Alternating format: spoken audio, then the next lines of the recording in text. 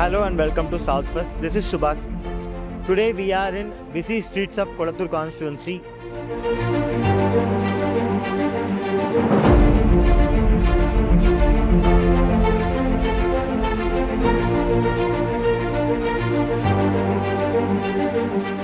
Where former Chief Minister M.K. Stalin lost in 2026 Assembly elections.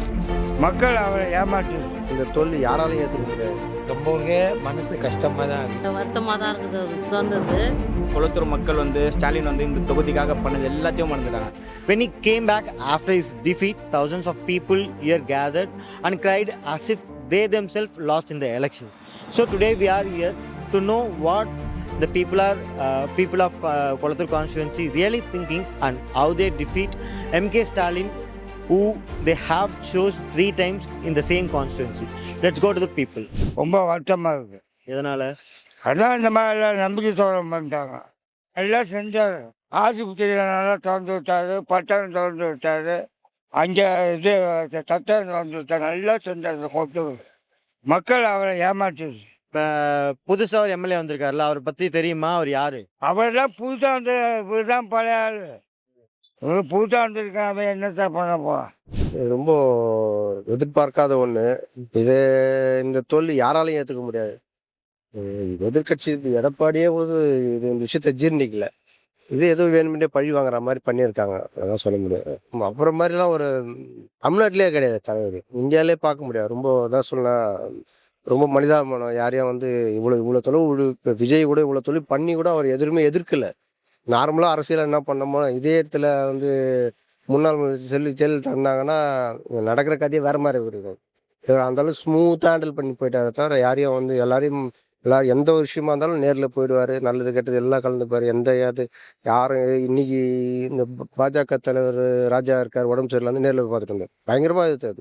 CM ஆகிறதுக்கு வாய்ப்பே இல்லைன்னு சொன்னவரை கூட நேரில் போய் பார்த்துட்டு. அந்த அளவுக்கு ஒரு அரசியல் மாண்பு எந்த தலைவருக்கும் வராது. அவருடைய இழப்பு ரொம்ப கஷ்டமான விஷயம். இதை தாண்டி ஏன் அவர் இவ்வளோ பண்ணியிருக்காருன்னு சொல்கிறீங்க? அப்புறம் ஏன் கொளத்தூர் தொகுதியில் தோத்தாரு? இல்லை, அதுதான் தெரியல. அதாவது அந்த எஸ்ஐஆர் ஃபார்மில் ஏதோ மிஸ்டேக் பண்ணியிருக்காங்க, அது நல்லா தெரியுது. இந்த கொளத்தூர் தொகுதி இருக்கட்டும், முக ஸ்டாலின் தான் எப்பவுமே. ஆனால் எங்கள் அப்பா காலத்துலேருந்து அவர் கட்சி தான், எங்கள் அப்பாவோட அவர் தான். ஆனால் எனக்கு 50 வயசு ஆகுது. ஆனால் இப்போ கூட அவர் தொகுதியில் இது தோல்வின்று யாராலையும் நம்ப முடியல. நல்லதுதான் பண்ணியிருக்கிறாரு. எல்லாம் பார்க்கெலாம் கட்டியிருக்கிறாரு. எல்லாம் நல்லதுதான் பண்ணியிருக்கிறாரு. தோக்கிறதுக்கு என்ன காரணம் எனக்கு தெரியாது. அவர் இருந்திருந்தா நம்ம கொஞ்சம் இதுவாக இருந்திருக்கோம். முஸ்லீமுக்கு கொஞ்சம் இதுவாக இருப்பார். என்ன தெரியல. இந்த ஏரியாவில் நல்லா செஞ்சுருக்காரு, அவ்வளோதான். ஆனாலும் தோத்துட்டாரு. அது மக்கள் ஓட்டு போடல, அவ்வளோதான். புதிய மலை பற்றி தெரியாது, மக்கள் மாற்றத்தை விரும்பியிருக்கலாம், அவ்வளோதான். நமக்கு தெரிஞ்சது அவ்வளோதான். கொளத்தூர் மக்கள் ஸ்டாலின் இந்த தொகுதிக்காக பண்ணது எல்லாத்தையும் மறந்துட்டாங்க. புதுசாக 2 வருஷத்துக்கு முன்னாடி உருவாக்கின ஒரு கட்சி, ஒரு ஃபேமுக்காக, அதாவது விஜய் தளபதின்றது ஒரு சினிமா துறையில் ஒரு நல்ல நடிகர். அவர் ஒரு ஃபேமுக்காக மக்கள் ஸ்டாலினை விட்டு கொடுத்துட்டாரு தான் நான் சொல்லுவேன். ஏன்னா நீங்கள் மற்ற தொகுதிகளை கம்பேர் பண்ணி பார்க்கும்போது கொளத்தூர் தொகுதி எவ்வளோ முன்னேற்றத்தில் இருக்குது. அதெல்லாம் மறந்துட்டாங்க. நீ கொஞ்சம் அப்படியே முன்னாடி போய் பார்த்தீங்கன்னா இந்த ஜிகம் காலனி குளம், இது மக்களுக்காக. இந்த ரோட்லாம் பாருங்களேன், வேறு எந்தாச்சும் ரோட்டில் இந்த மாதிரி இருக்குமா? சுற்றி மரங்கள், இது எல்லாத்தையும் மறந்துட்டு அதை போட்டாங்க. இப்போ ஸ்டாலின் இங்கே இருக்கு பெரியாநகர் ஹாஸ்பிட்டல், அதை பாருங்கள். புதுசாக ஒரு பிளாக் கட்டியிருக்காங்க. பெரியாநகர் ஹாஸ்பிட்டல் பின்னாடி ஒரு இது கட்டியிருக்காங்க. புதுசாக ஒரு 12 கோடி ரூபாய் செலவில் ஒரு பேருந்து நிலையம் கட்டியிருக்காங்க. அதெல்லாம் மறந்துட்டாங்க மக்கள். மறந்துட்டு தளபதி எனக்கு பிடிக்கும், தளபதி பிடிக்கும், அதனால தான் ஓட்டு போட்டாங்க. தளபதி ஜெயிக்கணும், மாற்றம் வரணும் அப்படின்னு சொல்கிறாங்க. எல்லாமே போய் மாற்றம் வரணும்னு சொல்கிறது ஒரு சுகர் கோட்டிங் தான். இது சொல்லி நம்ம கவர் பண்ணிக்கலாம், மாற்றம் வருது அதனால நாங்கள் ஓட்டு போகிறோன்னு. அவங்க தளபதி பிடிக்கும், அதனால ஓட்டு போட்டாங்க. நாங்கள் அந்த கட்சியில் தான் சார் இருக்கோம். அதனால் வருத்தமாக தான் இருக்குது. தோன்றது எல்லாமே செஞ்சுருக்கிறாரு. எதுவும் இல்லை, வண்டிலாம் அவர் தான் கொடுத்துருக்குறாரு. ஓகே, அதான் இருக்குது, வேற ஒன்றும் கிடையாது. இப்போ இந்த புதுசாக ஒருத்தர் எம்எல்ஏ ஆயிருக்காருல்ல விஜய் கட்சியிலேருந்து, அவரை பற்றி என்ன நினைக்கிறீங்க? அவரை பற்றி தெரியுமா உங்களுக்கு? தெரியும், நல்லது தான் பண்ணுவார்னு பார்க்குறோம். வந்தால் தான் தெரியும் எப்படின்னு. புதுசாக வந்தால் நல்லா இருக்கும்னு நினைக்கிறோம். நீங்கள் யாருக்கு ஆதரவு கொடுத்தீங்க? நாங்கள் பிகிலுக்கு தான் கொடுத்தோம். என்ன காரணத்துக்கு விசிலுக்கு ஓட்டு போட்டீங்க? ஏன்னு கேட்டால் இவரே 5 வருஷமாக ஆள்றாரு. இந்த வாட்டி புதுசாக வந்தால் நல்லா இருக்குன்ட்டு போட்டோம். இப்போ உங்கள் தொகுதியில் எம்எல்ஏவா இப்போ புதுசாக தேர்ந்தெடுக்கப்பட்டிருக்காங்களே, அவங்க பேர் என்ன, அவங்க யாருன்னு தெரியுமா? இன்னும் நான் பார்க்கல சார். பேர் அப்போ எந்த நம்பிக்கையில் ஓட்டு போட்டீங்க? எங்கள் பையன் ஒன்று அதில் இருக்கான், அதனால போட்டோம். இப்போ மு.க. ஸ்டாலின் வந்து இந்த தொகுதிக்கு 15 வருஷமா ஏதோ நிறைய திட்டங்கள் பண்ணியிருக்கதா சொல்றாங்கல்ல, என்ன செஞ்சாரு? பஸ் ஸ்டாண்டு கட்டிக்கிறாரு, காலேஜ் பசங்களுக்கு காலேஜ் கட்டி கொடுத்துக்கிறாரு, பார்க்கு கட்டி கொடுத்துக்கிறாரு. எல்லாம் பஸ்ஸுலாம் வந்து டிக்கெட் இல்லை, அதெல்லாம் செய்கிறாரு. தப்பு ஒன்றும் சொல்லல. ஆட்சி மாறினா கொஞ்சம் நல்லா இருக்கணும். வராரு, அங்க பார்க் திறக்கிறாரு, இங்க கொளத்தூர்ல செய்யறாரு, இதை செய்யறாரு, அதை செய்யறாருன்னு தான் சொல்லிட்டு ஓலா ஊப்பூர் ராப்பிட்டோன்னு வச்சாரு. அவங்க அம்மா, அந்த அம்மா மு.க. ஸ்டாலின் அம்மா போன வருஷத்துக்கு முன்ன எலெக்ஷனுக்கு முன்ன எங்களெல்லாம் ஆட்டோக்காரில் கூப்பிட்டு முரளிதரனை உட்கார வச்சு எங்களெல்லாம் கேட்டாங்க, உங்களுக்கு என்ன செய்யணும், ஏதை செய்யணும் சொல்லுங்க, எங்களுக்கு ஓட்டு போடுங்க, நாங்கள் செய்கிறோன்னாங்க. ஓட்டு போட்டதோடு சரி, ஜெயிச்சதோடு சரி, வந்து எதுவுமே எங்களுக்கு செய்யவே இல்லை. நீ இது மாதிரிலாம் தப்பா வேலையெல்லாம் பண்ணிட்டு நீ வந்துட்டு குளத்தூர் தொகுதியில தோத்துட்டுன்னா பின்ன தோக்காம என்ன பண்ணுவ? இப்போ புதுசா ஒருத்தர் வந்திருக்காருல்ல, அவர் என்ன செய்வார்னு நினைக்கிறீங்க? அவரு சொல்றதையும் செய்வாரு, சொல்லாததையும் செய்வாரு. இவர் அதுதான் சொன்னாரு. இதாவது அவர் யாரு புதுசா வந்திருக்காரு? 10 வருஷத்துக்கு முன்னே இவர் சொன்னார், நடப்பயணமா போனாரு. ஜெயலலிதா ஆட்சி இருக்கும்போது ஒரு ஊரா நடப்பயணம், நாங்க கழிச்சு தவறுன்னு இருந்தா அப்பயே அந்த எம்எல்ஏ பதவியை ராஜினாமா பண்ணுவோன்னு சொன்னாரு 10 வருஷத்துக்கு முன்னையே. இப்ப 15 வருஷம் ஆகுது. அப்ப அந்த வேலையெல்லாம் நீங்க இப்ப செய்ய வேண்டிய ஒரு அமைச்சருக்கு உங்க எல்லாம் கீழே வந்து எவன் செய்தத, யார் கொள்ளடிக்கிறத? கோடி கோடியா கோயில் துட்ட கொள்ளடிக்கிறான் சேகர் பாபு. மக்கள் தோத்துட்டாங்க, அப்படிதான் எடுத்துக்க முடியும்.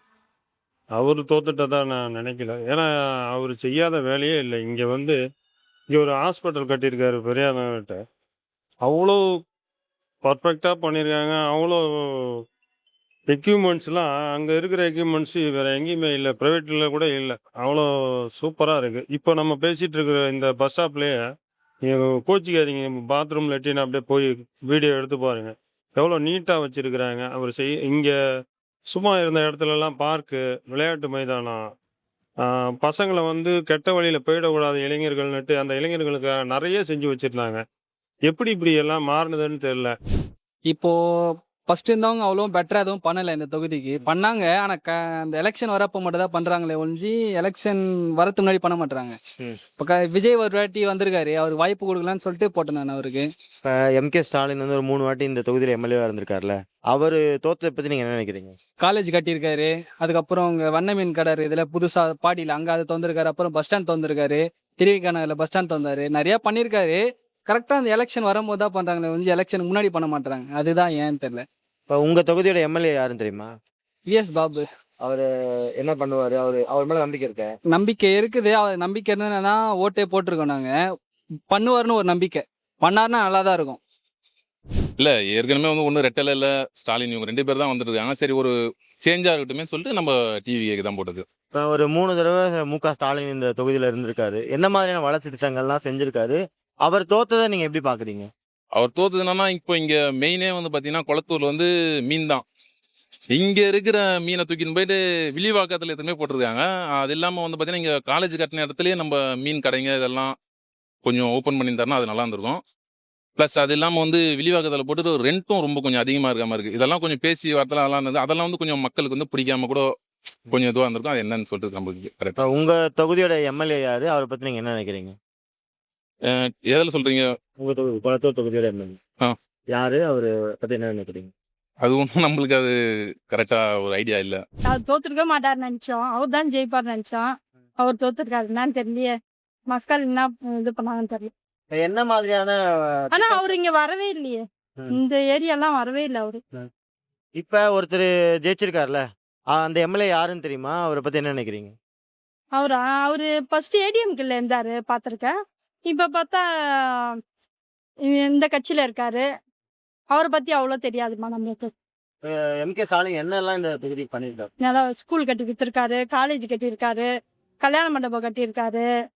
ஏன்னா ஒன்றா கவுன்சிலர் அம்மா உடனே ஹெல்ப் பண்ணுவாங்க.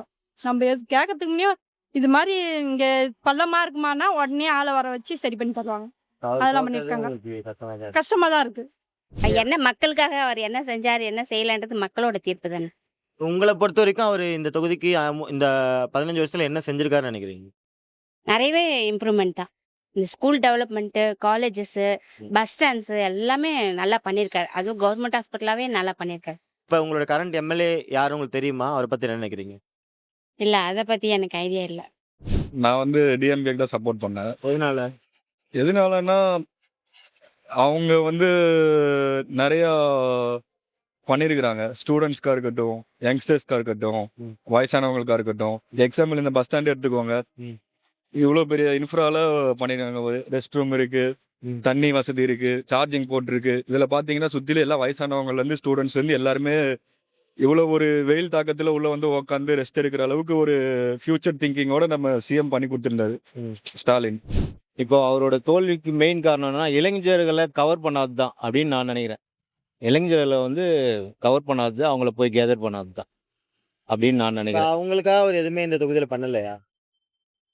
பண்ணலன்னா அதாவது அவங்களுக்கு கீழே இருக்கவங்க, அதாவது வட்டத்தில் இருக்கவங்க, மாவட்டத்தில் இருக்கவங்க எல்லாம் வந்து அந்த இளைஞர் மீட்டு தனியாக வச்சு இதெல்லாம் பண்ணல. ஏற்கனவே இருந்தவங்க தான் அந்த டீம்ல இருந்து ஒர்க் பண்ணுறாங்களே தவிர இந்த இளைஞர் டீமை தனியாக விட்டுட்டாங்க. அதுதான் இந்த தோல்வி காரணம் நான் நினைக்கிறேன். இன்னொரு விஷயம் என்னன்னா, இவர் அந்த இளைய தளபதி விஜயோட மாஸ் என்ட்ரி, அந்த என்ட்ரியில் வந்து நிறைய பேர் வந்து புதுசாக ஒருத்தரை, அதாவது ஒரு மாற்றம் வேணுன்றதுக்காக அவரை பின்பற்றி அவர் எப்படி பண்ணுவார் என்னன்றது தெரியாது, அனுபவமும் கிடையாது. ஆனால் அவரை பின்பற்றி அவர் பார்த்தோன்னே ஒரு மாய பிம்பம் கிரியேட் ஆகி அவர் உள்ளே வந்ததுனால இது ஒரு பேரடியாக தான் ஆகும்.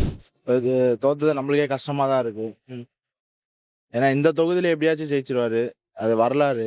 ஆனால் இந்த தொகுதியில் தோத்தது நம்மளுக்கே கொஞ்சம் கஷ்டமாக தான் இருக்கு. தொகுதியில் ஒருத்தர் எம்எல்ஏ புதுசாக தேர்ந்தெடுக்கப்பட்டிருக்காங்களே, அவரை பற்றி தெரியுமா? அவரை பற்றி நீங்கள் என்ன நினைக்கிறீங்க? ஒரு பேர் தெரியும், அவர் பேர், அவர் என்ன நினைக்கிறீங்க? விஎஸ் பாபு ஒரு பேர் தெரியும். நம்மளும் டிவிகேல தான் இருக்கோம், தெரியும். அவர் செய்வாருன்ற நம்பிக்கை இருக்கா அவங்களுக்கு? என்ன மாதிரியான வேலைகள்லாம் அவர் செய்யணும்னு நினைக்கிறீங்க? நிறைய இருக்கு, இன்னும் செய்ய வேண்டியது, செய்வாருன்னு நம்பிக்கை இருக்கு. இப்போ ஒரு 80,000 பேர் வந்து டிவிகே கோட்டு போட்டிருக்காங்க, ஒரு 70,000 பேர் திமுக கோட்டு போட்டிருக்காங்க. இப்போ பாதிக்கு பாதி தான் அப்படின்னு நிலைமை இருக்கு. இப்போ இந்த 80,000 பேரும் எந்த நம்பிக்கையில், நீங்கள் டிவிகே மெம்பர் வேறு, ஸோ 80,000 பேர் எந்த நம்பிக்கையில் டிவிகே ஓட்டு போட்டிருக்காங்கன்னு நினைக்கிறீங்க? ஏதோ ஒன்று புதுசாக வரணுன்றதுக்கோசம் தான் நம்ம பண்ணது, வேற எதுவும் இல்லை. ஓகே. இப்போ எம்கே ஸ்டாலினை விட இவங்க நல்லா பண்ணுவாங்கன்னு நினைக்கிறீங்க? பண்ணுவாங்க, பட் ஆனால் அவர் பண்ணது ஒரு வரலாறு தான். ஏன்னா கொளத்தூருக்கு நிறைய செஞ்சுருக்காரு. அவர் என்ன பண்ணிட்டாருன்னா, மக்கள் நம்பிக்கை, மக்கள் விட மாட்டாங்க அப்படின்ட்டு நம்பிக்கையில் இருந்துட்டார். ஓகே. ஸோ நீங்கள் டிவிகே மெம்பராக இருந்தாலும் அவர் ஜெயிக்கலன்ற வருத்தம் இருக்குது. ஆமாம், ஏன்னா இந்த தொகுதியில் அவர் தான் வர்றதுக்கு வாய்ப்பு 100%. யாரை கேட்டீங்கன்னாலுமே கொளத்தூரில் பார்த்தீங்கன்னா அவர் தான் வருவாருன்றது வாய்ப்பு இருக்குது. ஏன்னா அது வரலாறு, அது ஆரம்பத்துலேருந்து அவர் தான் வருவார். ஆனால் இந்த வாட்டி என்னன்னு தெரியல ப்ராப்ளம்.